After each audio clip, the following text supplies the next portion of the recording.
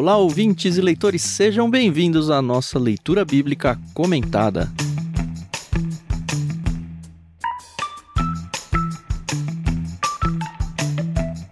Eu sou o Thiago André Monteiro, @vulgutan, estou aqui com a Carol Simão e com o Ricardinho para a gente dar sequência à nossa leitura e comentários do livro de Oséias.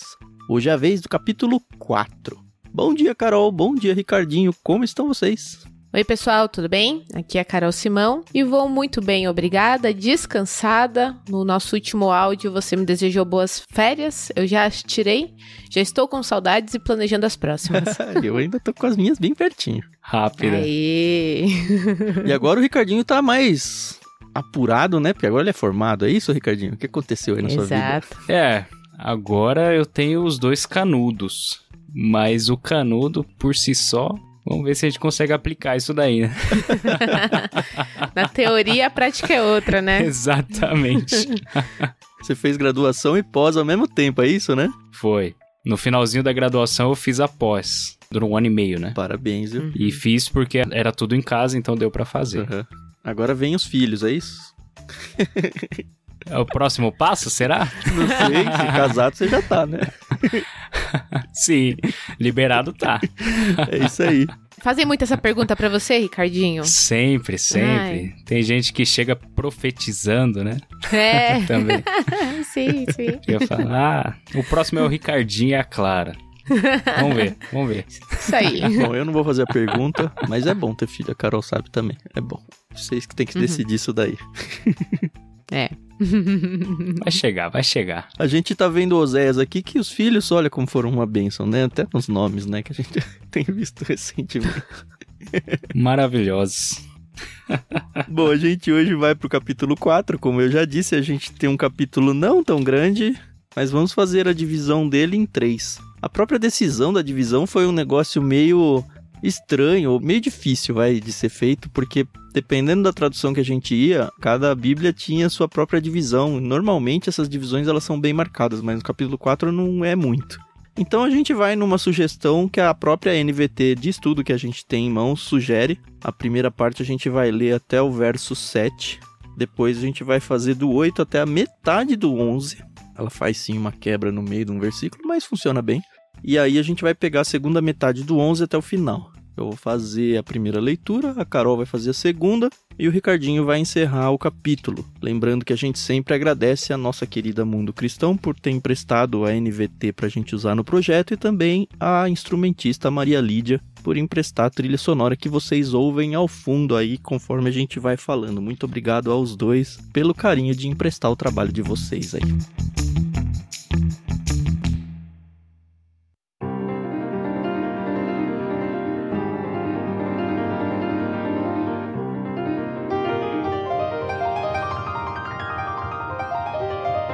Tá na hora da gente entrar no capítulo 4. O capítulo 4, como a gente já cantou a bola, ele inicia um novo ciclo aqui no livro de Oséias. A história do profeta com a sua esposa Gomer já vai ficar para trás, ela nem vai aparecer mais. E daqui até o capítulo 14, que é o último, é uma tacada só, dando borrachada em Israel.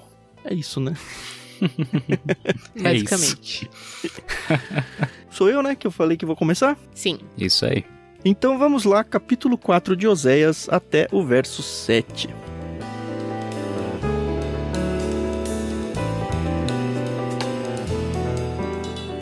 Ó israelitas, ouçam a palavra do Senhor. O Senhor apresentou acusações contra vocês. Não há fidelidade, nem bondade, nem conhecimento de Deus em sua terra. Vocês fazem votos e não os cumprem. Matam, roubam e cometem adultério. A violência em toda parte, um homicídio atrás do outro.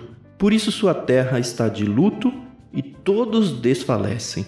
Até os animais selvagens, as aves do céu e os peixes do mar estão desaparecendo. Não apontem o dedo para outra pessoa. Não tentem escapar da culpa.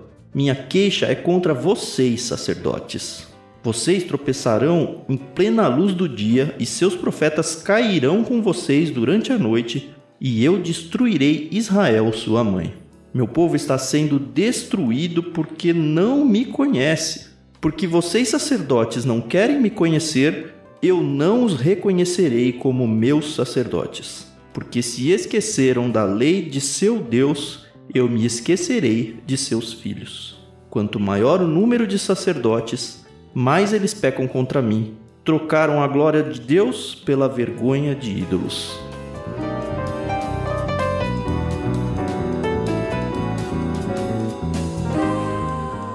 Ai, ai, ai. É, forte pra caramba, né? É, direcionado. Antes da gente entrar no texto em si, eu tenho que dizer... Vocês já sabem que quando a gente gosta da tradução da NVT, a gente elogia. Mas quando a gente não gosta, a gente também não fica cheio de frescura, não. Eu achei que ela interpretou demais o texto nesses capítulos. Também achei. A gente vai para outros textos, tem pelo menos 2 versículos que são de tradução bem difícil, a gente deve passar por eles e explicar isso. Mas a gente percebe que, assim, ele tá quase parafraseado esse capítulo. Me incomodou um pouquinho, sim. Isso vai fazer com que eu traga muito da minha outra versão favorita, né? Que é a Almeida aí atualizada. Vocês aí que acompanham de longa data já sabem disso. Mas eu devo construir bastante paralelo entre alguns versículos da NVT com versículos da Almeida aí atualizada. Dito isso, vamos ao que interessa. Que é essa boa achada aí, como eu já tinha dito, né? Que Deus dá em Israel.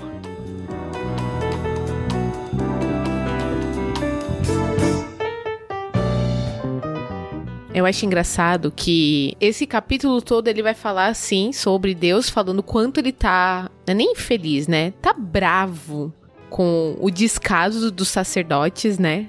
Em relação ao ensino da palavra e tal. E é muito engraçado, né? Porque será que hoje em dia não tem uma galera aí precisando tomar uma borrachada dessa?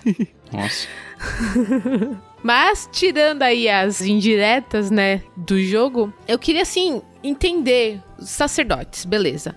Isso aqui incluía Oséias, o profeta Oséias? Acho que não, né? Ele que tá trazendo a profecia.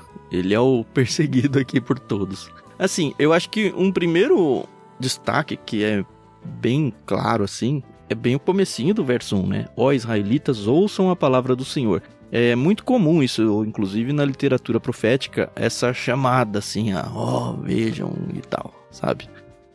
Enfim, tem essa grande chamada, né? Ó, galera, presta atenção. É o jeito chique de falar isso daí, né?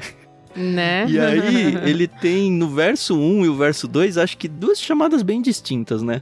A primeira parte são pecados de omissão. E aqui já tem a primeira coisa que me incomodou um pouquinho. Ele diz aqui, ó.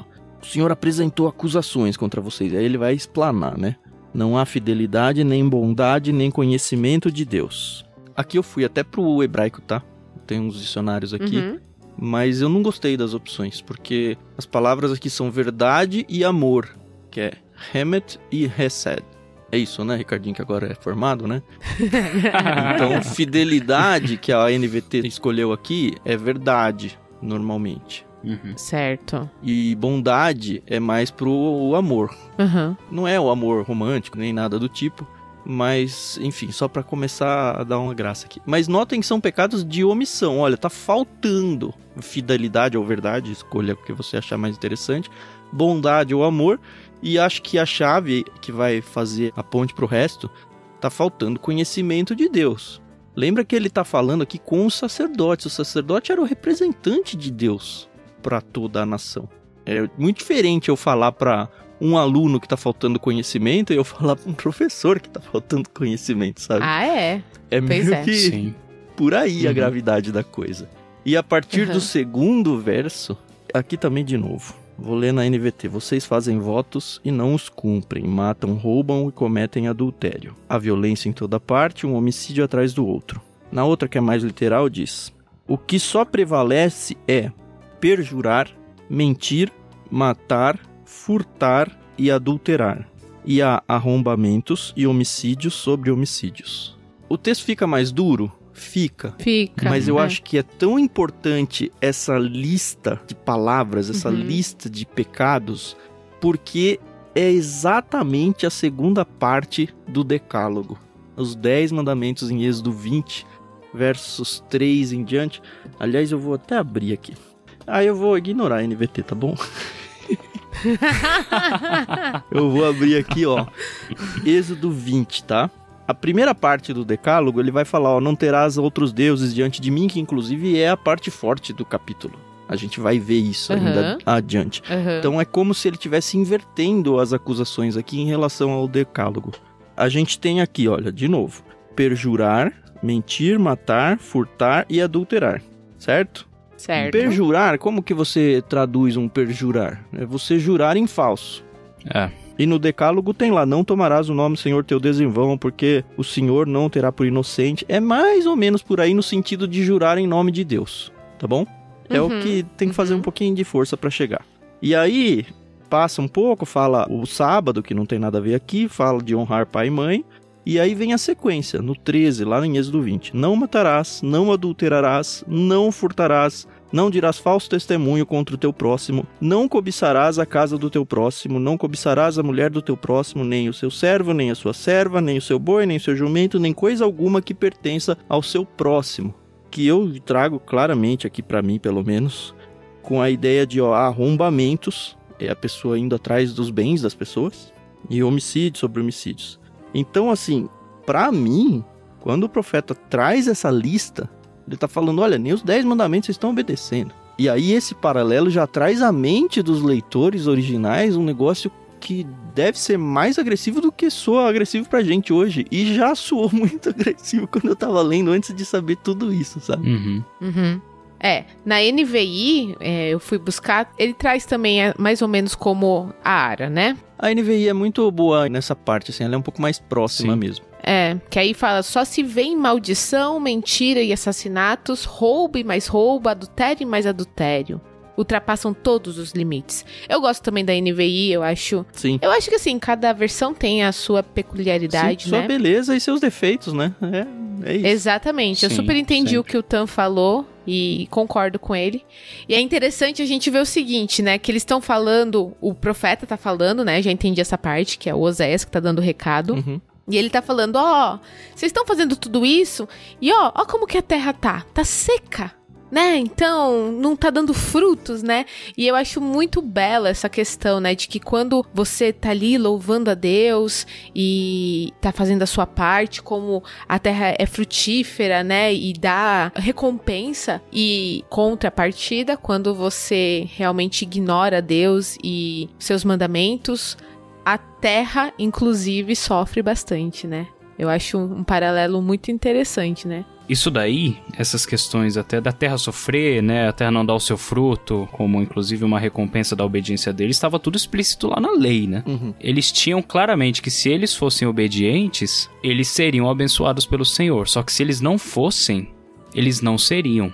É lá no final de Deuteronômio, né? Exatamente. As bênçãos e as maldições. Lá acho que de 28 a 30 deve estar lá em Deuteronômio. Mas eu vejo isso também, e vocês devem se lembrar, porque esse é um versículo que é muito usado nas igrejas, inclusive principalmente nos momentos de oferta, que é o tal do Malaquias 3:10. Trazer a mim os dízimos, né, à casa do tesouro e tal. E a consequência é óbvia. Eu vou derramar bênção sobre vocês. Por quê? Porque é simplesmente o Senhor cumprindo a sua palavra. E acontece o mesmo aqui, só que no sentido oposto, né? A terra sofre. Eu entendi e não me lembrei desses detalhes aí. Faz todo sentido, como uma recompensa ruim, né? Como um castigo de Deus. Só que os textos que me vieram à mente aqui, justamente porque falar até os animais selvagens, as aves dos céus, os peixes do mar estão desaparecendo. E, assim, me traz uma revolta no sentido de, cara, o que eles têm a ver com isso, sabe? A natureza está sofrendo. E aí eu me lembrei do texto em Romanos 8. Eu até trouxe para ler com vocês aqui a partir do verso 19. Diz assim, olha, pois toda a criação aguarda com grande expectativa o dia em que os filhos de Deus serão revelados. Toda a criação, não por vontade própria, foi submetida por Deus a uma existência fútil, na esperança de que com os filhos de Deus a criação seja gloriosamente liberta da decadência que a escraviza. Pois sabemos que até agora toda a criação geme, como em dores de parto. E nós, os que cremos, também gememos, embora tenhamos o Espírito em nós, como antecipação, enfim, o texto segue. Mas no sentido de que, olha, desde Adão, na verdade, né, que começam a aparecer ervas daninhas e tudo, a gente percebe que o pecado do ser humano afeta a saúde da natureza. Isso sempre aconteceu e aqui no texto de Romanos, Paulo personifica a natureza falando que ela está clamando porque ela está sofrendo. Eu me lembrei muito desse texto e aí não é muito como, olha, Deus está punindo o ser humano porque aí você não vai ter o alimento. Olha a consequência do seu pecado, não é só sua. Isso aí reflete até na natureza. E fiquei pensando o quanto da degradação da natureza de hoje em dia não é resultado do pecado do homem ainda, sabe? E Sim. O quanto que nós cristãos também não temos que lutar contra isso. E também isso inclui a questão do início de tudo, né? Deus criou o homem, e a gente estava discutindo isso na igreja lá na EBD, com os jovens, né? Deus criou o homem para que ele dominasse a natureza. Sim. E no momento que Deus deu essa tarefa, não havia pecado ainda. Então, o ideal é que o homem exercesse esse domínio de uma forma perfeita. A natureza servindo bem o homem, né? Exatamente. E o homem trabalhando de uma forma a fazer bem para o seu próximo, para glorificar a Deus e, ao mesmo tempo, para a natureza, né? Consequentemente. Mas o pecado distorce a forma que o homem domina a natureza. E a natureza sofre? E a própria natureza sofre. Por culpa Exatamente. do homem. Cara, é muito forte isso. Pensa no todo dessa verdade, sabe? É assustador, pensar que, olha, o meu pecado, a lista aqui de pecados, né? O fato de eu mentir, de eu perjurar, de eu matar, de eu furtar, roubar, de eu adulterar. O que tem a ver com a natureza, sabe? Essas coisas. Deus tá falando que tem tudo a ver. Ele falou, opa, calma. Olha só, às vezes a gente acha que o nosso pecado, e eu tô falando até de uma pessoa em relação a outra, que o nosso pecado não afeta o próximo. Cara, vai muito além. Não só afeta, mas vai muito além. Num nível que a gente não é capaz de imaginar. A gente não pode menosprezar, né? E tem mais, né? No versículo seguinte, no verso 4, a gente vê, não adianta vocês quererem apontar o dedinho aí culpando qualquer outra pessoa, porque é com vocês, sacerdotes. Porque a gente também tem aquela mania, né?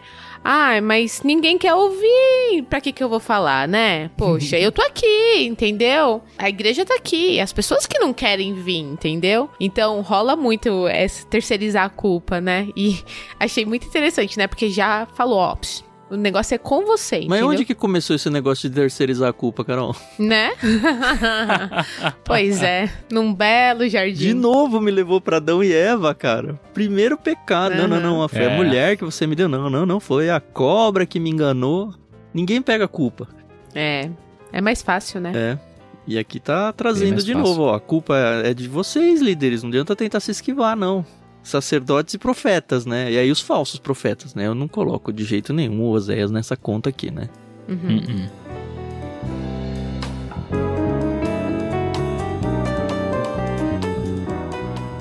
Eu acho legal que esses primeiros versículos aqui que a gente discutiu até agora, eles até aqui na leitura a gente não sabe de quem que ele tá falando especificamente, porque ele, no início, ele chama Israel como um todo, né? O Efraim aí. E serve como se fosse assim uma apresentação de cenário, né? Vocês são isso aí. Mas depois o negócio fica direcionado, né? Não adianta vocês ficarem questionando. Há um culpado e o culpado é você ou vocês, sacerdotes. Eu acho legal a forma com que ele faz. Cria um incômodo geral pra depois ir diretamente na causa principal do problema, né? Sim.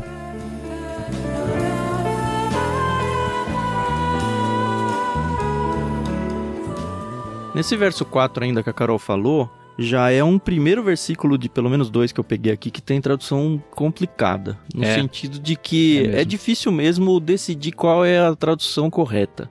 Tanto que, de novo, Almeida atualizada, ela diz o seguinte, olha só como difere do verso 4 na NVT. Na Ara diz, todavia ninguém contenda, ninguém repreenda, porque o teu povo é como os sacerdotes aos quais acusa. Até onde a gente estava lendo, a impressão que dava é que o povo era um coitadinho, que os sacerdotes e os profetas, que eram os líderes religiosos, eles estavam deturpando ou escondendo a mensagem de Deus e o povo só estava indo como refém. Só que, de novo, é uma briga de traduções aqui, não dá para defender A ou B muito solidamente, assim. Mas existe sim a opção de tradução de, porque o teu povo é como os sacerdotes aos quais acusa. Eu gosto mais dessa, não pela tradução em si, porque eu não sou nem capaz de optar por A ou B, mas pelo que vai aparecer adiante no capítulo, eu acho que combina mais. Mas a gente chega lá. Uhum. Beleza.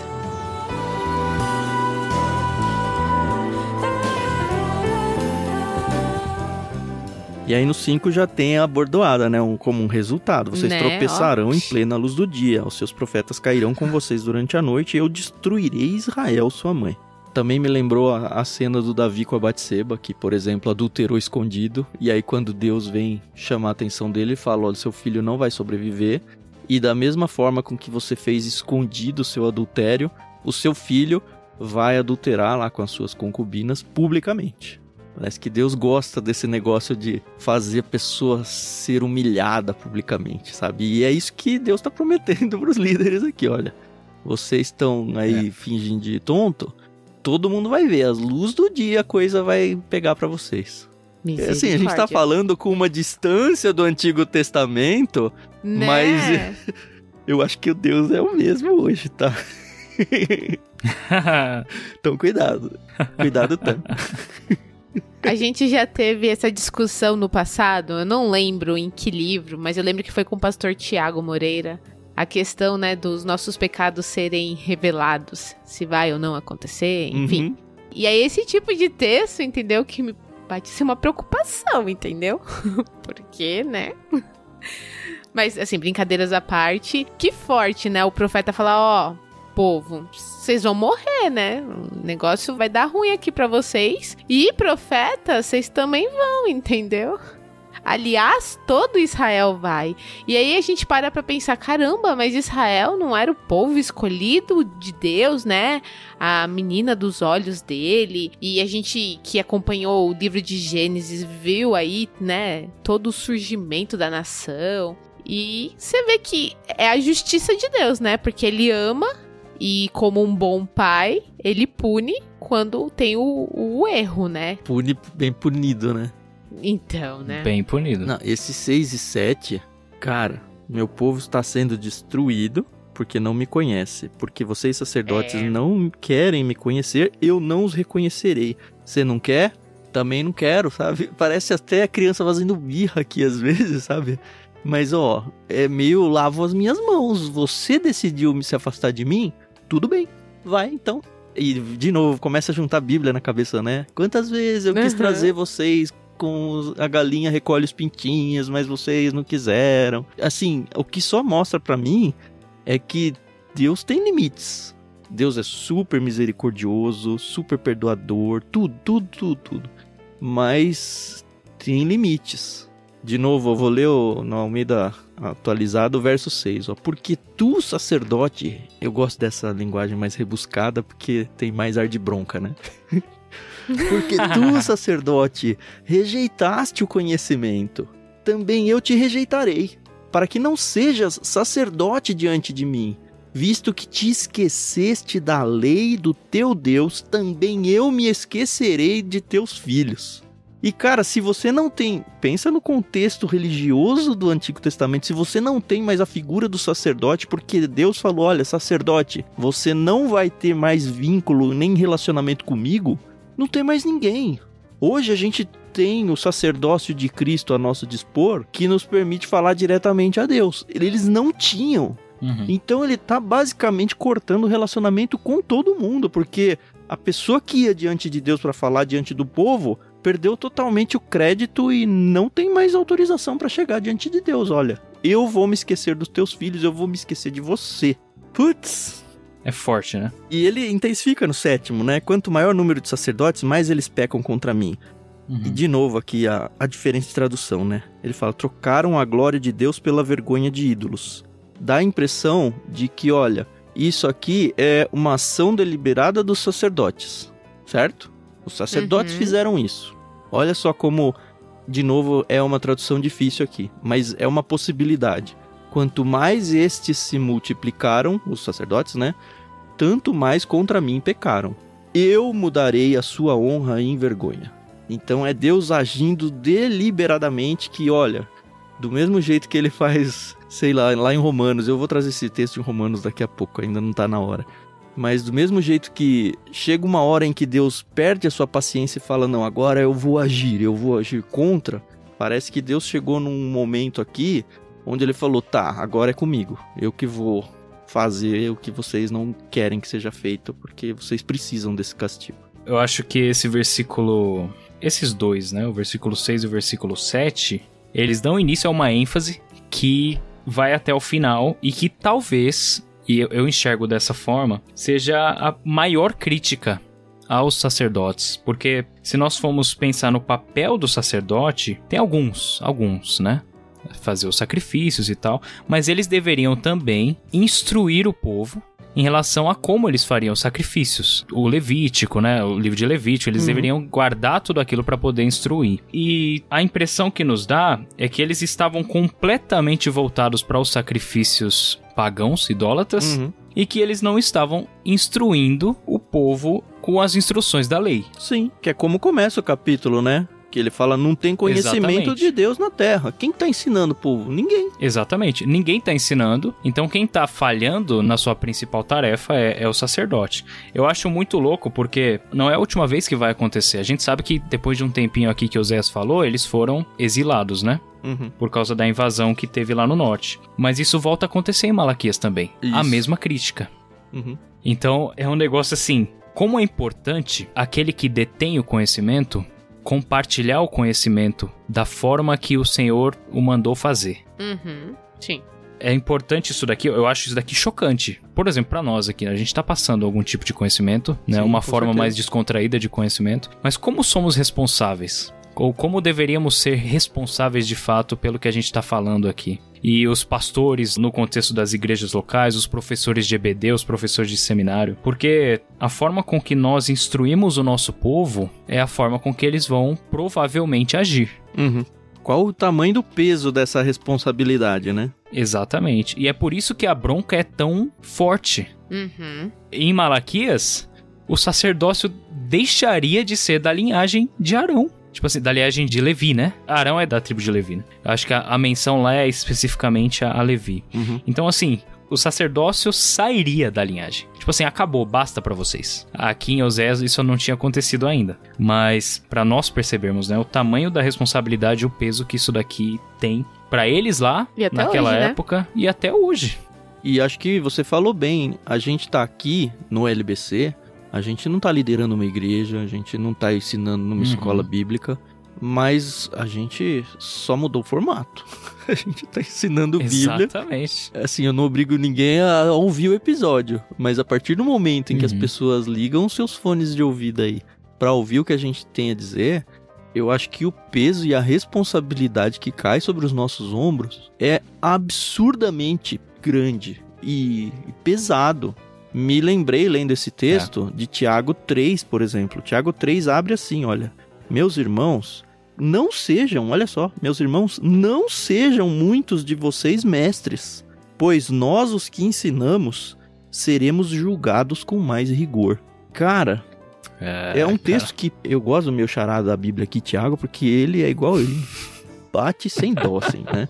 E é um texto que dói, assim, de ouvir. Porque hoje em dia você fala, eu sou líder, eu sou coach, eu sou não sei o que. As pessoas gostam do status de ensinar, mas quando você está falando da palavra de Deus, calma lá. Não é à toa, por exemplo, que nas qualificações pastorais lá em Tito e em Timóteo, tem a questão, não seja um novo na fé. Você precisa ter uma estrada rodada. Porque o peso da responsabilidade é assustador. E também não é à toa que a Carol fala praticamente em todos os episódios, eu acho que é uma boa hora pra gente levantar isso, Carol. Que vocês que ouvem têm, assim, quase que obrigação de orar por nós aqui. Porque a gente é muito pecador, a gente é muito falho. A gente pode falar uma groselha muito grande e, assim, eu não tenho a menor ideia de o tamanho que essa groselha pode chegar e o quanto pode impactar negativamente a vida de alguém, sabe? Eu oro a Deus para que eu não seja instrumento de coisas erradas na vida das pessoas, sabe? E é muito fácil ser, muito fácil. Principalmente porque o nosso modelo é mais irreverente, não no sentido de irresponsável, mas de descontraído. E fica fácil da gente transformar essa descontração e irreverência no mau sentido. Então, lembrem-se, Sim. por favor, sempre, assim, muito mais do que, apoia a gente com dinheiro, caramba. Lógico que é importante isso, mas muito mais. Sempre orem por nós, por favor, porque o que a gente faz aqui e pelo tempo cronológico que a gente vai demorar para chegar ao final, a quantidade de gente que esses áudios vão chegar ao longo de décadas e décadas aí, eu não tenho a menor ideia do estrago que a gente é capaz de fazer. Eu só espero que seja um estrago positivo. Não, mas Tomara. olha, isso que o Tan falou, isso me preocupa demais. Porque quando eu tô aqui gravando com o Ricardinho, com o Tan, e, por exemplo, a Luísa que tá ouvindo a gente aqui gravando no Discord, eu tô bem à vontade, entendeu? Então, eu falo que, assim, acaba aparecendo na minha cabeça. E aí, quando eu percebo onde isso pode chegar, como às vezes a gente recebe mensagens de pessoas que moram em outros países, falando, a gente ouviu o episódio, os programas, e aí eu falo, meu... Eu tava lá de chinelo gravando, tudo despenteado, né? Como que... Esse gente, negócio é louco. que situação. Assim, Dá muito medo. É um medo, entendeu? É medo mesmo. Exatamente do que o Tan falou. Da gente falar uma groselha aqui e afetar a vida da pessoa de um jeito que a gente realmente não quer. Por isso, dá pause agora, ora por nós. E depois dá play de novo pra continuar ouvindo esse episódio. Quero fazer uma provocação pra vocês dois. Por que raios a gente faz isso? Eu posso responder que é porque eu preciso fazer. É por isso. Porque Deus me chamou pra fazer um negócio desse e eu preciso fazer. Porque se eu não fizer, eu não vou estar bem com Deus. Mas é um negócio muito sério, meu. Responsabilidade, né? Envolve. Tá bom, né? Eu acho que a gente pode seguir. Pior que esse capítulo ele não vai aliviar em momento nenhum, né? Normalmente a gente tá chegando no finalzinho e dá aquela reviravolta boa. Esse aqui não vai ter, não. Talvez não. Lá no final, lá pro capítulo 14, assim, vai ter essa reviravolta, mas até lá vai ser esse pesado aí. Mas é isso aí, temos que avançar, né?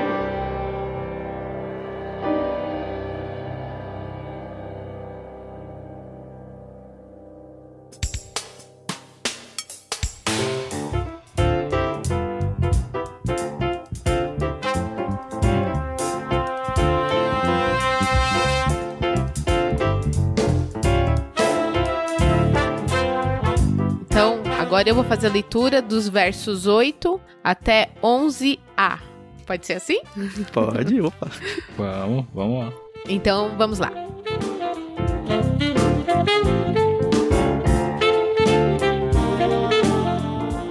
Quando o povo traz suas ofertas pelo pecado, os sacerdotes se alimentam. Por isso, eles se alegram quando o povo peca. E assim, como são os sacerdotes, assim é o povo. Por isso, a ambos castigarei por seus atos perversos. Eles comerão, mas ainda sentirão fome. Eles se prostituirão, mas nada receberão, pois abandonaram o Senhor para cometer adultério com outros deuses.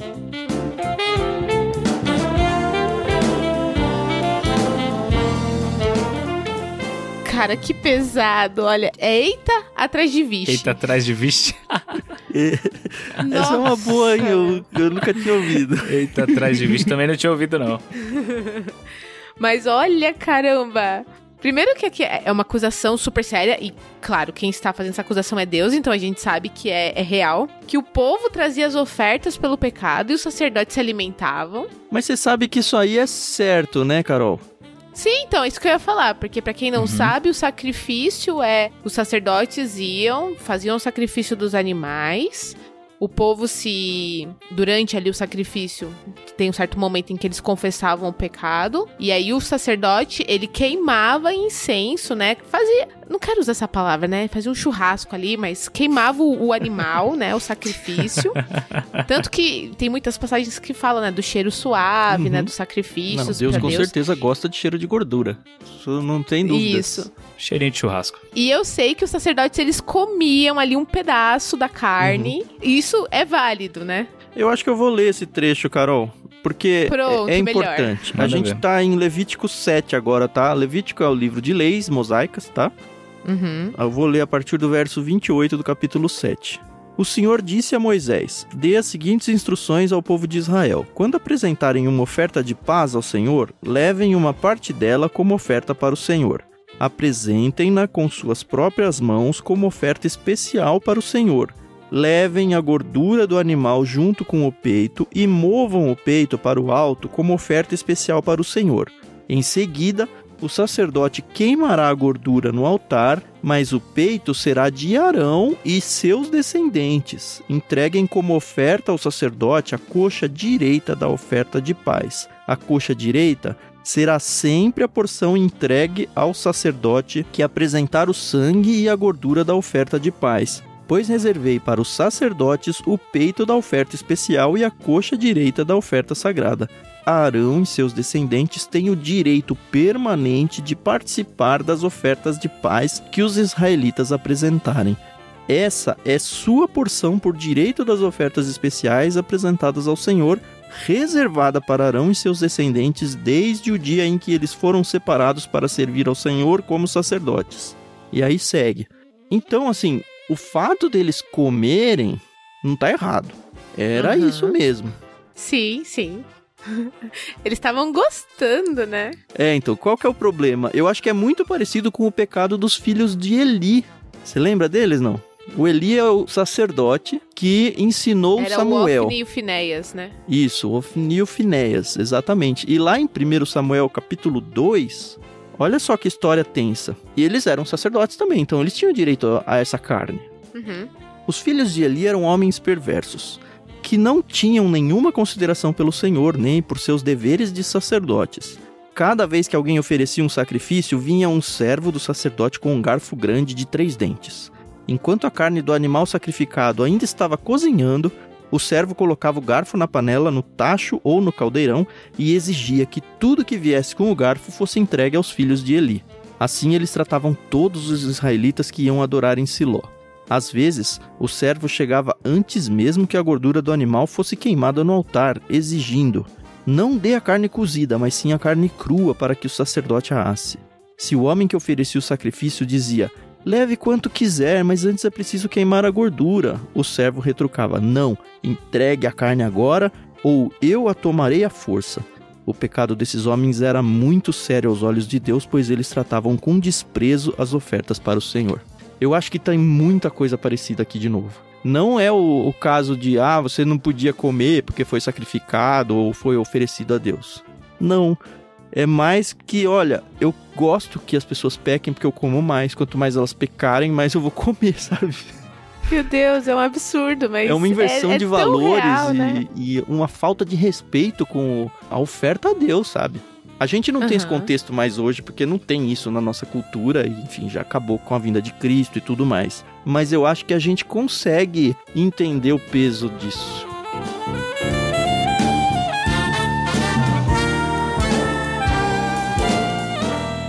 E aí, como eu tinha dito pra vocês naquele versículo que ficou meio confuso primeiro, que falou, será que a culpa é dos sacerdotes, ou se a culpa é do povo também? No 9, pra mim, meio que mata essa resposta, né? Que diz que assim como os sacerdotes, assim é o povo. Então, assim, o povo não tá indo na... coitadinhos. Não, o povo... Assim, os sacerdotes são representantes do povo mesmo, sabe? Igual os nossos governantes, seja A ou B, são bons representantes do nosso povo brasileiro, sabe? Enfim, a gente tá meio que no mesmo caminho. E o pior é que no contexto deles lá, além de tudo, era um governo religioso, né? Então tinha um peso a mais que a gente não tem aqui. Nossa. A questão da... A gente pelo menos tem a religião separada do Estado. Lá não.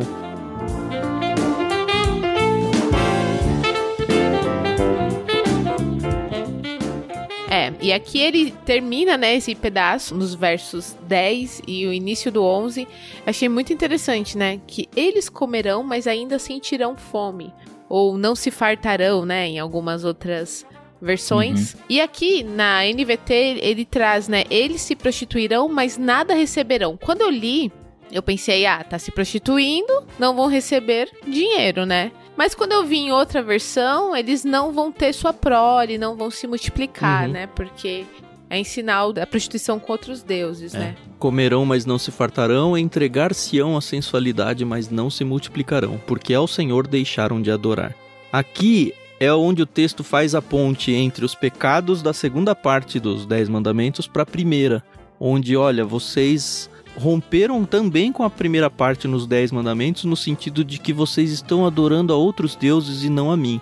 E sabe por que esse negócio aí do vão comer e não vão se fartar, ou vão se entregar à sensualidade, mas não vão se multiplicar, Carol?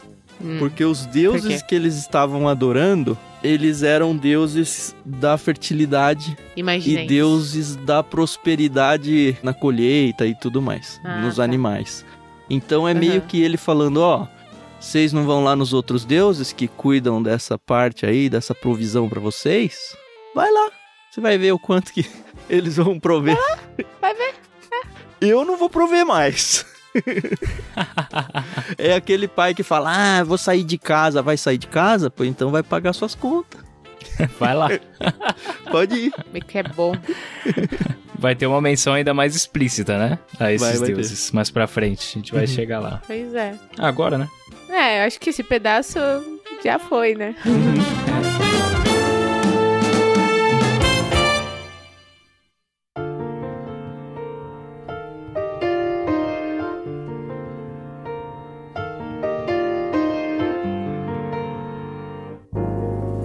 Então beleza, agora o Ricardinho vai seguir, é isso? Isso aí. Então vamos até o final e vamos esperar por tempos melhores. Vamos ver. Vamos lá.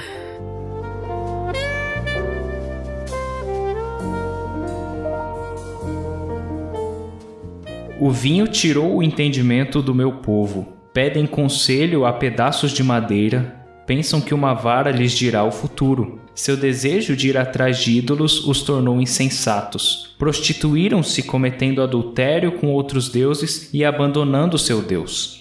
Oferecem sacrifícios a ídolos no alto dos montes. Sobem as colinas para queimar incenso à sombra agradável de carvalhos, álamos e terebintos. Por isso suas filhas se voltam para a prostituição e suas noras cometem adultério. Mas por que eu as castigaria por sua prostituição e adultério? Pois seus homens fazem a mesma coisa, pecando com prostitutas de rua e dos santuários. Ó povo sem entendimento, você segue rumo à destruição. Embora você, Israel, se prostitua, que Judá não seja culpado dessas coisas. Não participe da falsa adoração em Gilgal, nem em Bet-Aven. Não faça juramentos ali em nome do Senhor. A nação de Israel é rebelde, como uma bezerra teimosa. Acaso o Senhor deve alimentá-la como um cordeiro em pastos verdes? Deixe Israel de lado, pois se apegou à idolatria. Quando os governantes de Israel terminam de beber, saem à procura de prostitutas. Amam a vergonha mais que a honra. Por isso, um forte vento os levará para longe. Seus sacrifícios idólatras os envergonharão. Você falou que ia melhorar, Tan? Mais pra frente. Ele falou, vamos ver, né? Vamos ver. Meu... É isso que a gente estava falando no final da parte anterior, né? Agora o decálogo tá completo. Vocês conseguiram quebrar tudo. Deu ruim, e legal. É interessante essa troca, né, de deuses, né? A gente já falou, esses deuses cananeus aí eram deuses da fertilidade, das colheitas, dos rebanhos fartos. E então, eles que cuidam de vocês agora. Só que não tem mais eles, né? Eles trocaram Deus não por deuses. Eles trocaram Deus por nada. E é legal esse texto porque é Deus tirando sarro, né? Basicamente, dos deuses. Fala, isso aí não é nada, isso é um pedaço de madeira. Não faz menor sentido isso que vocês estão fazendo. Tem vários textos assim na Bíblia. Hoje a gente tá passeando bastante, né? Mas hoje eu li bastante, tá? Legal. O meu livro profético favorito, um dos preferidos da Bíblia, é Isaías, né? Eu já devo ter dito isso em algum momento. Em Isaías 44, olha só como Deus debocha. Mas isso tem em Jeremias, tá? Tem em Salmos, tem em Abacuque, tem no Novo Testamento, lá em 1 Coríntios. Eu só tô trazendo um dos exemplos de como Deus debocha desse negócio do homem criar ídolos para si próprio. Então, Isaías 44, eu vou ler a partir do verso 9. Como são tolos os que fabricam ídolos? Esses objetos que tanto estimam não têm valor algum. Os que adoram ídolos não sabem disso, por isso serão envergonhados. Quem, senão um tolo, faria seu próprio Deus? Um ídolo que em nada pode ajudá-lo. Todos que adoram ídolos serão envergonhados, bem como todos esses artesãos, simples mortais que se dizem capazes de fazer um deus. Ainda que unam forças, estarão unidos em terror e vergonha. O ferreiro trabalha na forja para criar uma ferramenta afiada. Martela e modela com toda a força, de tanto trabalhar sente fome e fraqueza. Fica sedento e desfalece. O escultor, por sua vez, mede um bloco de madeira e nele desenha um esboço, trabalha com cincel e plaina e entalha a imagem de uma pessoa. Dá à imagem beleza humana e a coloca num pequeno santuário. Corta cedros, escolhe cipreste e carvalho, planta um pinheiro no bosque para que a chuva o faça crescer. Então usa parte da madeira para fazer fogo, e com ele se aquece e assa o pão. Depois pega o que resta e faz para si um deus para adorar. Faz um ídolo e se curva diante dele. Queima parte da árvore para assar a carne, come e se mantém aquecido. Que fogo bom, diz, já não sinto frio. Então pega o que resta e faz seu deus um ídolo esculpido. Curva-se diante dele e o adora. Ora, ele diz, livra-me, pois tu és meu Deus. Quanta estupidez e ignorância, seus olhos estão fechados e ele não consegue ver. Sua mente está fechada e não consegue compreender. Aquele que fez o ídolo não para e pensa. Queimei metade da madeira para me aquecer e para assar o pão e a carne. Como é possível o restante ser um Deus? Vou me curvar para adorar um pedaço de madeira? Tal pessoa se alimenta de cinzas e engana a si mesma. Confia em algo que em nada pode ajudá-la. E, no entanto, não é capaz de perguntar, será que esse ídolo que tenho em mãos não é uma mentira? É um texto meio longo de Isaías, mas, assim, é um dos textos mais fortes pra mim, essa questão de ídolo. Assim, cara, é insana essa ideia de construir um ídolo de madeira. Por que esse pedaço aqui é Deus e o que eu deixei de lado, joguei fora, queimei, não é, sabe? É idiota pensar isso. Mas quão entranhado tava isso na religiosidade deles, cara. É a cegueira espiritual, né? E o pior é que eles ainda tinham os próprios líderes espirituais à frente disso, né? Então, é o cego guiando outro cego, isso, sabe? Isso, exatamente. Aí cai na linha do metrô. Pois é. E eu lembrei de você também, viu, Carol? No verso 14... Oh, meu Deus.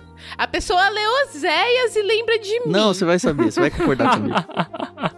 Tá. Eu lembro que quando a gente tava falando da Gomer... E olha que eu edito isso, eu falei, corta, não corta. Eu falei, não, vou deixar, acho que a Carol tem razão. Mas eu não tava muito certo disso, mas agora eu tô. Quando você falou, mas a gente... Você passou um pano pra Gomer. Porque falou, ela... Vocês ficam falando que ela tinha que ser apedrejada, que isso, que aquilo, porque ela é uma prostituta. Mas ela não foi porque os homens estavam fazendo a mesma coisa. E não é o que diz o verso 14 aqui, é Deus falando, eu não vou punir só as mulheres. Porque os homens que vão atrás dessas mulheres, não é? Não são eles que vão prostituir com elas? É a procura e a demanda. E aí, então, é todo mundo no mesmo balaio de gato aí. Misericórdia. Senhor, Deus é mais. Isso é interessante, né? Esse versículo aqui. Porque ele diz, por que eu as castigaria, né? Por sua prostituição e adultério. Uma leitura rápida, sem muita atenção. Assim você pensa, elas vão ficar impune, então? Impune, é. Mas, na verdade, o povo já tá sendo tratado.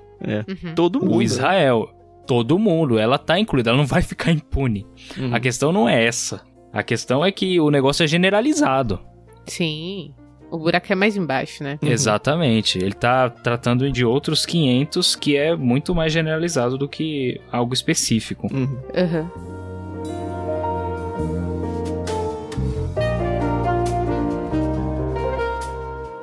A gente mencionou, né, que nessa parte viria uma menção mais clara, mais escancarada aos deuses cananeus e tal, da fertilidade. Aqui, essa menção aos lugares altos, o 13, né, oferecem sacrifícios a ídolos no alto dos montes, sobem as colinas para queimar incenso, à sombra agradável de carvalhos, álamos e terebintos. Isso daqui é uma menção clara dos sacrifícios aos deuses da fertilidade daquele período. Porque eles faziam justamente em locais altos e debaixo de árvore. Inclusive é por isso que as filhas dessas pessoas que iam lá fazer esses sacrifícios se prostituíam, porque os próprios ritos às vezes envolviam o ato sexual. Me lembrou muito Sodoma e Gomorra, né? As pessoas que moravam ali viviam uma vida tão promíscua e pra eles estava tudo bem. Era uma coisa... Normal, né? natural deles, entendeu? E eu achei interessante que no texto fala que isso vai acontecer com Israel, mas não com Judá. Sim, ele dá uma fartada do Judá aí, né? Exato, né? Mas não sei de Judá. Não vou falar que Judá não estava cometendo erros, porque doce ilusão. Judá não, também vai com Israel. exílio, né? Só vai demorar um pouquinho mais. Talvez nesse momento aqui eles ainda não tinham caído, né? Mas Pois mais pra frente o próprio Oséias vai mencionar eles como... Não vou dar spoiler, não. Né? E aí, eu achei muito interessante que ele fala, né, das mulheres, que os homens também vão ser julgados, né, castigados. E aí fala, ô povo sem entendimento, você segue rumo à destruição, sabe? Como você falaria isso hoje, Carol? Como eu falo, não sei. Ô povo sem entendimento, como é que você fala isso aqui? Sendo filha do meu pai, eu talvez baixaria aqui a descendente de nordestina que tem aqui, sabe? Ia falar seus... cabecinha de vento, né? Pelo amor de Deus. Cabecinha de bigorna, pelo amor de Deus. Ainda bem que eu não sou pastor de igreja, porque esse papel é do pastor de igreja, né? Pensa, o Oséias tá falando isso pro povo.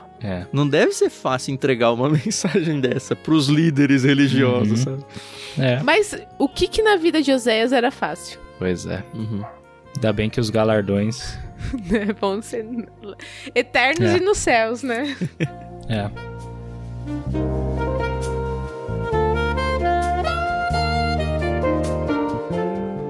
Bom, aparecem 2 locais aqui que são importantes. Eu acho que a gente tem que resgatar pelo menos o contexto deles. Não participe da falsa adoração em Gilgal nem em Bet-Aven. Gilgal, é legal de estudar isso aqui porque a gente vai linkando os pontos, né? Gilgal, lembra quando Josué chegou na Terra Prometida, atravessou lá o Jordão antes de ir para Jericó? E aí ele dedicou um altar a Deus? Ali foi Gilgal. Os 2, eles são na parte sul do Reino do Norte, tá? Ele está quase na fronteira ali com o Judá. E o contexto do texto aqui é justamente falar, o Judá não faz parte. E por que são mencionados esses 2 locais aqui? Gilgal, esse é o lugar onde, a parte bonita, né, da história, é onde Josué dedicou uma oferta a Deus. E a parte feia é que o mesmo Gilgal é daquele episódio onde Samuel tinha falado para Saul, quando estava lutando, se não me engano, com os filisteus, que falou, olha, eu tenho que fazer uma oferta a Deus aqui, você me espera, não ataca, porque eu vou fazer primeiro uma oferta a Deus aqui, e aí depois Deus vai dar vitória para você. Só que o Samuel não chegava nunca, e aí Saul, que não era sacerdote, foi lá e falou, deixa que eu mesmo ofereço. E aí foi o início da queda dele, foi naquele momento. Esse local era Gilgal também. Então, esses 2 fatos históricos aí amarrados a Gilgal. E Bet-Aven, na verdade, é um outro nome que se dá para Betel, que é uma cidade ali pertinho também. Bet-Aven significa casa da perversidade. E Betel é casa de Deus. Então, é meio que um jogo de linguagem aqui, de Deus tirando sarro de falar, olha, não é mais casa de Deus, é a casa da perversidade, esse Bet-Aven aí. E por que esse local é tão importante? Porque o Jeroboão I, que foi aquele primeiro rei de Israel quando separou o norte e sul, uma das preocupações dele foi, agora a gente vai ter o reino no norte, só que o templo e o centro da adoração está em Jerusalém, que faz parte do reino do sul. E aí os meus súditos aqui do norte, porque eles são da mesma religião, eles vão ter que ficar indo lá para o sul e rapidamente eu vou perder o meu espaço aqui. Então o que ele faz? Ele cria, sem a anuência de Deus, um centro religioso. Na verdade ele cria 2, um em Dur, que é lá bem no norte, e o outro em Betel, que é bem coladinho ali na fronteira do sul. E ele faz uma adoração a bezerros de ouro ali. E ele fala, tá aqui os seus deuses. Isso tá lá em 1 Reis 12, a partir do 25. Se você quiser ler, depois a gente já leu muita coisa. Perfeito. Já tá bom. Mas o que quer dizer isso? Olha, para o Reino do Norte, tanto Gilgal quanto Betel, que aqui é chamada de Bet-Aven, que é a casa da perversidade, são o símbolo dessa idolatria. Se tornaram, né? Eram locais importantes e se tornaram símbolos da idolatria para o povo. Por isso não participe da falsa adoração em Gilgal nem em Bet-Aven. não faça juramentos ali em nome do Senhor. Nunca devia ter existido esses locais, né? É.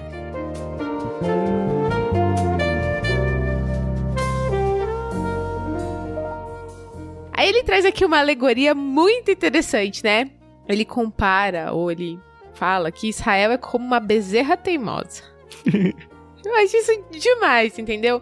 Porque assim, eu sou uma pessoa total cidade, entendeu? Eu nunca visitei uma fazenda, pastos, nem animais. Então assim, quando fala que uma bezerra teimosa, eu já penso no animal pulando e dando coice e sendo agressivo e tal. E não sei identificar como. Até procurei pra ver o que significava isso, mas não encontrei nada assim tão legal. Não sei se vocês têm alguma coisa aí pra me assessorar. O que eu destaco nessa linha é meio que a sequência, né? Esse abandonar de Deus aí em relação a eles, né? Ele fala, ó, vocês são teimosos, vocês são os animais teimosos aí. Por que eu vou alimentar vocês? Deixa Israel de lado, porque ele tá fazendo paralelo com Judá, né? Deixa Israel de lado, ele se apegou à idolatria. Quando os governantes de Israel terminam de beber, eles saem à procura de prostituta, amam a vergonha mais do que honra.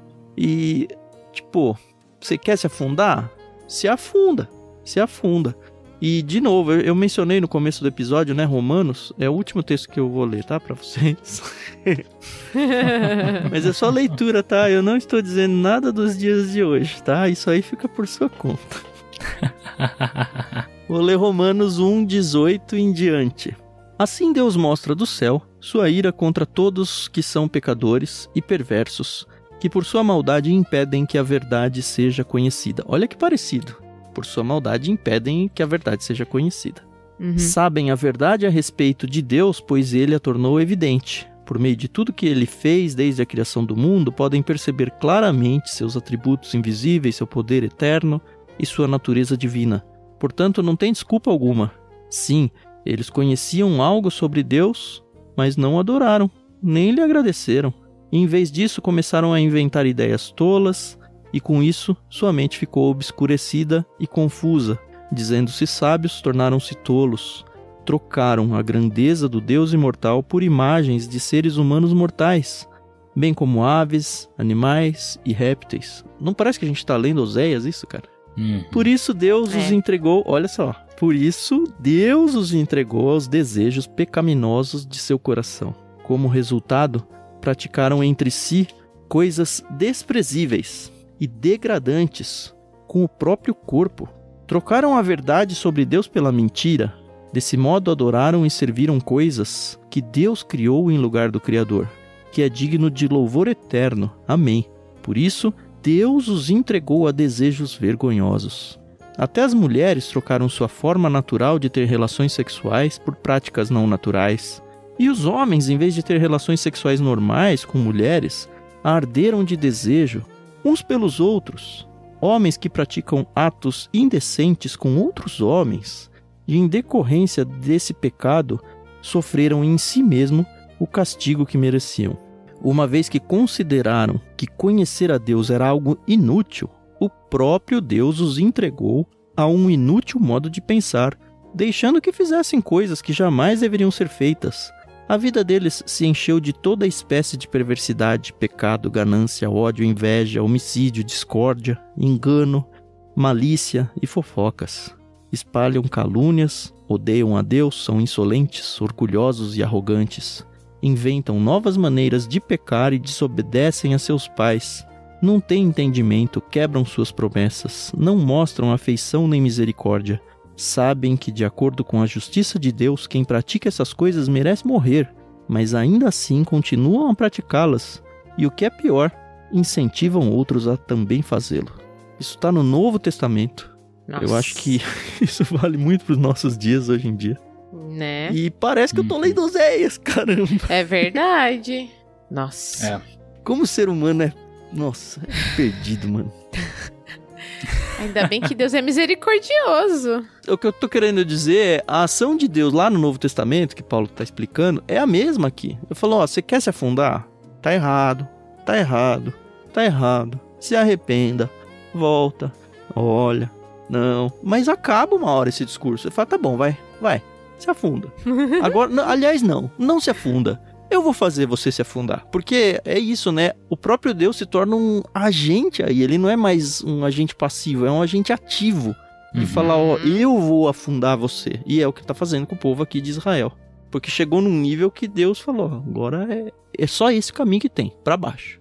Nossa, eu não queria estar na pele do povo. Apesar que eu sei que hoje em dia as coisas... Estamos, Carol. Entendeu?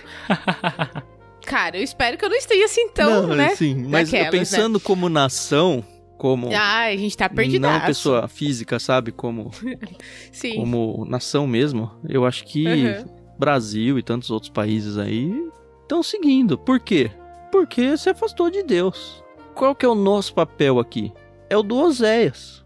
É ficar falando, galera, presta atenção, galera, olha o que Deus pensa, olha como tá contrário ao que vocês estão seguindo. Tomar os nossos cuidados, porque muitas vezes a gente se afunda junto, porque o pecado é gostoso, porque a gente tem a natureza pecaminosa, porque a sociedade influencia a gente, às vezes a gente nem percebe, mas ela influencia.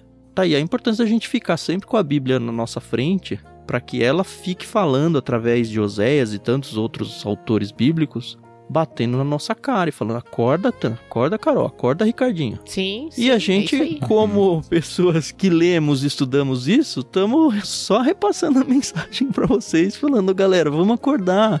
Talvez a gente não consiga salvar a nação inteira, mas talvez a gente consiga convencer um remanescente só, sabe? Paciência. Talvez seja esse o nosso papel. E acho que vocês, como ouvintes, podem ajudar a gente a fazer coro, não só ouvindo isso e se apropriando disso como verdade de Deus para a vida de vocês, mas ajudando a gente a levar esse discurso mais adiante. No caso de Israel aqui, infelizmente, o capítulo termina aqui. Por fim, um vento forte os levará para longe, seus sacrifícios idólatras os envergonharão. Eles vão sofrer o exílio, a Assíria vai chegar como um vento e vai levar tudo. Não vai sobrar nada, sabe? É como palha voando aqui, não tem valor nenhum isso que vocês estão fazendo.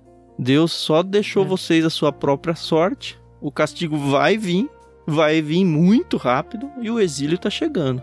E nem é tão rápido, porque se a gente for olhar Oséias aqui, do 4 ao 14 ele é mais ou menos cronológico, tá?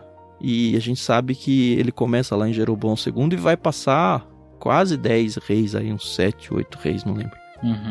Então é um discurso, coitado Oséias de novo, né? É um discurso que ele vai passar ciclos e ciclos de governante falando a mesma coisa. A gente vai passar 20 e poucos anos falando a mesma coisa aqui no LBC, né? Alguém tem que ouvir, não é possível. Sim, é. Sim.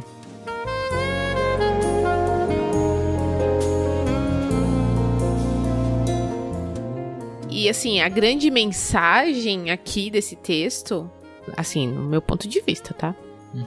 É a questão de você ter uma vida diária de leitura bíblica. Porque o povo se afastou porque não estava buscando, os líderes não estavam ensinando, exatamente. E falta de conhecimento é muito maléfico. Algumas pessoas falam assim, a ignorância é uma bênção, mas espera lá, gente. Se você faz parte do corpo de Cristo, se você faz parte de uma igreja e você não quer crescer... É engraçado que hoje a minha devocional pessoal falava muito sobre essa questão, né? De pessoas que estão há tanto tempo na igreja, por exemplo, e ainda estão ali no leitinho, sabe? Que já deviam estar ensinando e ainda estão ali. Eu não consigo. E a gente tem que tomar muito cuidado, entendeu? Porque como cristãos, a gente tem que querer, e eu falo muito a gente, mas é verdade... Temos que querer crescer, né? Ninguém aqui precisa ser pastor ou... eu preciso teólogo, me tornar... nem nada, né? Exato, professor de escola bíblica dominical. Não, mas é pro seu conhecimento. E ó, que eu falo isso sendo uma leiga que cresci num lar cristão, mas nunca fui a um seminário. Tive excelentes professores de escola bíblica dominical e sei a importância de ler a Bíblia, entendeu? E se eu topei esse projeto aqui, conversando com o Tan, que é formado, agora com o Ricardinho, que é formado e pós-graduado... É porque eu tenho que fazer minha parte, entendeu? Pelo menos ler e ir atrás, né, das curiosidades. Sabe que eu não vou dizer que eu vou além, eu vou um pouco aquém do que você falou, Carol. Porque você fala, é importante o conhecimento. Eu acho que na média dos cristãos, assim, é óbvio que o conhecimento não dá pra tirar essa carta do baralho, que é importante. Mas eu vou tomar a mim mesmo como base, tá? Certo. Eu posso dizer que eu conheço... Não, óbvio que eu não vou conhecer tudo nunca. Mas eu posso dizer que eu conheço bastante da Bíblia? Com certeza. Com certeza. Sim. Agora, quando que eu percebo que são os meus maiores momentos na vida de pecados prósperos? Do pecado prosperar na minha vida? Quando eu começo a falhar nos meus exercícios de leitura bíblica. E eu não estou falando na questão de ler para adquirir conhecimento. Eu estou falando de ler coisas que eu já conheço só para continuar me alimentando. Uhum. Então, assim, é muito possível que você conheça, mas você esteja ao mesmo tempo desnutrido, porque você não está indo se alimentar. E é aí que você vai cair no pecado. Você não vai deixar de pecar porque você conhece, mas você vai pecar porque você não está sadio, saudável e alimentado da palavra de Deus. Por isso que, assim, para o cristão, óbvio que a gente, quanto mais conhecer, melhor. Mas é muito mais importante o se alimentar constantemente, sabe? Fazer a rotina espiritual ser uma rotina de verdade. Porque eu falo por mim, não sei vocês, mas eu passar uma semana sem ler a Bíblia, e aí eu começo a me perder, assim, em coisas idiotas que eu falo, como é que eu tô patinando nisso de novo, sabe? Isso aí já era um negócio que eu tinha certeza que estava resolvido na minha vida, e agora tô caindo de novo. Aí é só perguntar, quando foi a última vez que você leu a Bíblia, Tan? Já deu uma semana, 2 aí. Putz, é isso. 1 Coríntios, né, Tan? 1 Coríntios 10 que fala, né? Aquele que pensa estar de pé, tome cuidado para que não caia, né?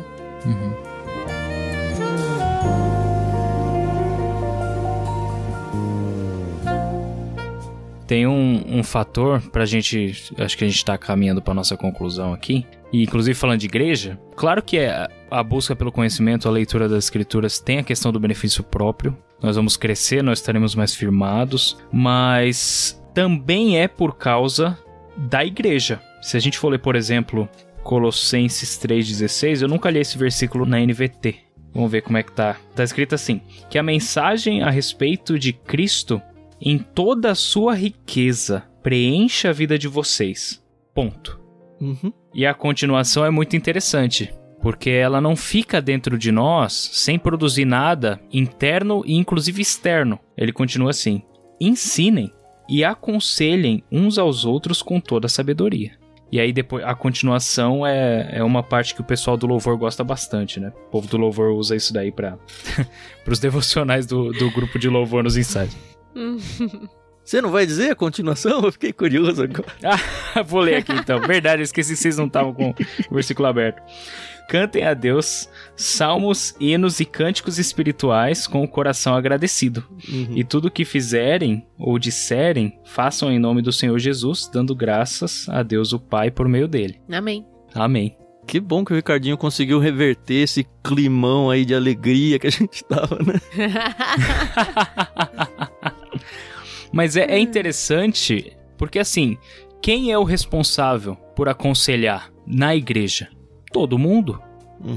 Não é papel só de um, né? Exatamente. O pastor vai estar lá no púlpito? Vai. O pastor vai estar ativo no Ministério de Aconselhamento Bíblico da igreja? Vai. Mas todo mundo tem que estar ativo no Ministério de Aconselhamento, de ensino, de alguma forma. E tem uma outra questão. Quem são os sacerdotes na igreja? Quem são mencionados como sacerdotes? Nós temos um mediador, é Jesus Cristo. Os sacerdotes somos nós. Nós ofertamos adoração. Romanos 12. Então, assim, nós precisamos buscar o conhecimento do Senhor e nos mantermos cheios dele, justamente porque nós precisamos alimentar a nossa vida de Deus, mas precisamos estar prontos para ajudar as outras pessoas, os nossos irmãos. Se a gente vê uma pessoa fazendo alguma coisa que não condiz com a Escritura e nós não temos o conhecimento suficiente para exortá-la, no final das contas a responsabilidade cai sobre ela e sobre nós, de alguma forma. Então isso é muito importante, não tem nem como falar em poucas palavras. Forte, a gente vai chegar lá um dia, né? É legal de ficar trazendo esses textos de lá, porque eu fico pensando, um dia eu vou ler de novo, e é bom, acho que tem uns 2 episódios que a Carol falou, nossa, as coisas começam a se ligar na cabeça. O LBC tá me fazendo ligar coisas que eu nunca tinha ligado também. Isso tá ficando cada vez mais legal e a gente tá ganhando uma musculatura bíblica cada vez mais forte, né? Isso tá sendo muito bom. Estudar a palavra, né? Dá isso aí, né?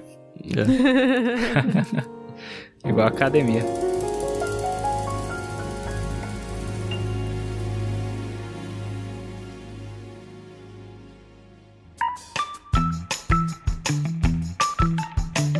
Bom, resumo da ópera. Israel tá lascada, vocês ouvintes têm que orar por nós. E ano que vem a gente vai ler a Bíblia junto. A gente não falou, mas a gente vai ler a Bíblia junto, todo mundo junto lá no Discord. Isso aí. Dia 1º de janeiro a gente começa. Se você ainda não tá no Discord, acessa bit.ly/leitura coletiva ou vai na descrição do programa aí, procura por Discord, clica no link e se junta a nós. E é isso. Dá pra falar? Tô satisfeito por esse capítulo. Tô satisfeito porque eu passei esse capítulo. Com que podia falar, né? Mas eu acho que a gente precisa de umas bordoadas de vez em quando. O Ricardinho já tinha cantado a bola também uns episódios atrás, que daqui pra frente é só pra trás, né? E como foi a frase nova que a gente aprendeu sua hoje, Carol? Você lembra? É eita atrás de vixe. Eita, atrás de vixe. E a gente vai seguindo aqui no Oséias. Ainda faltam 10 capítulos. 10 tapões na cara ainda. São 10 semanas aí da gente ouvindo bronca. Mas é importante ouvir bronca. A gente cresce, acho que mais nos momentos difíceis do que nos momentos de felicidade. Então, só siga perseverante com a gente aí e converse com Deus, alinhe as coisas que estão erradas na sua vida. Com certeza Deus está falando no seu coração aquilo que você tem feito de errado, está mostrando para vocês quais são os seus ídolos que precisam ser cutucados aí, e tenham a ousadia e a coragem de enfiar o dedo na ferida aí, porque vai demorar para chegar, mas Deus ainda tem uma palavra de esperança pra gente, tá bom? Então você pode aproveitar esse atalho e já pegar entre essa semana e semana que vem na sua vida aí a palavra de esperança e corrigir aquilo que precisa ser corrigido. Eu espero só que a gente consiga ajudar vocês a cada vez mais, assim como a gente tem sofrido aqui, né? Abrir os olhos para a palavra de Deus e deixar Cristo trabalhar na sua vida assim como Ele tem trabalhado na nossa. Obrigado, Carol, de novo. Obrigado, Ricardinho, mais uma vez. Parabéns, Ricardinho, pela sua formatura. A gente sabe que é uma super conquista dupla no seu caso aí. Graças a Deus. E que realmente Deus use a sua vida, que tá só começando a sua vida ministerial aí, para fazer misérias aí, em nome de Deus.